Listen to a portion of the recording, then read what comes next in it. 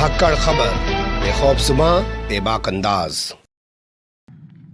भाइयों बहनों, मैं तो आपसे एक बात कहने के लिए आया हूं। कबाल का बवाल इस समाजवादी पार्टी का कलंक है। ये सपा और उस समय की लोकदल पार्टी के संयुक्त गठबंधन सरकार की देन थी, जो एक क्रूर अत्याचार हिंदू नौजवानों पर और यहां के नागरिकों पर करने की साजिश का हिस्सा था। निर्दोष सचिन और गौरव जिस तरीके से निर्मम और बर्बर अत्याचार के शिकार हुए थे, कौन इसको विस्मृत कर सकता है।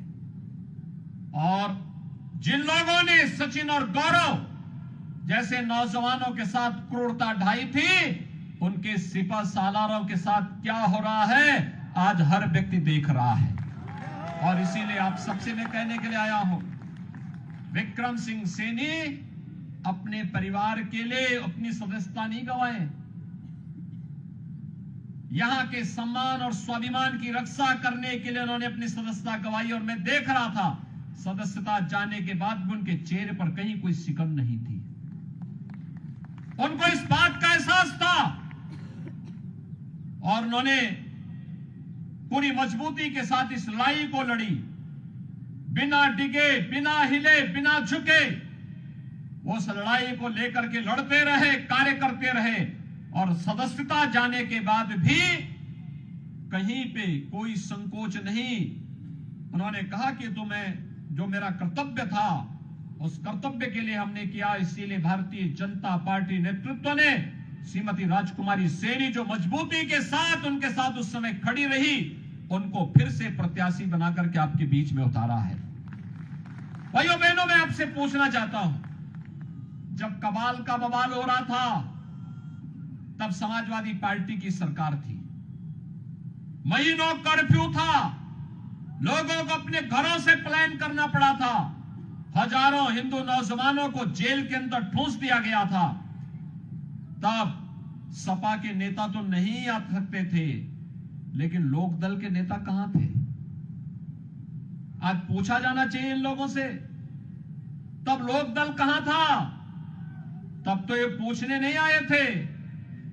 और भाइयों बहनों, हम लोगों ने मेहनत से प्रधानमंत्री मोदी जी के मार्गदर्शन और आशीर्वाद से आज उत्तर प्रदेश की कानून व्यवस्था को एक नजीर बनाया है। पहले यहां पर केरान और कांधाला से प्लान होता था। हर एक कस्बे में आकर के गुंडे जाकर के एक एक व्यापारी से गुंडा टैक्स वसूली करते थे। राह चलते हुए राहगीरों की हत्या करते थे। अन्नदाता किसान अपने खेतों में नहीं जा सकता था।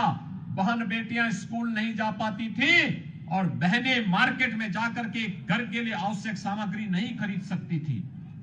भाइयों बहनों, आज केरान और कांधला का प्लान बंद हुआ। जो भागे हुए थे वे व्यापारी वापस आए हैं। आज फिर से केरान और कांधला में रौनक फिर से देखने को मिल रही है। बहन और बेटियां सुरक्षित हुई हैं। गुंडा टैक्स बंद हुआ है। और भाइयों बहनों, सपा और लोकदल की ये जोड़ी फिर से गुंडा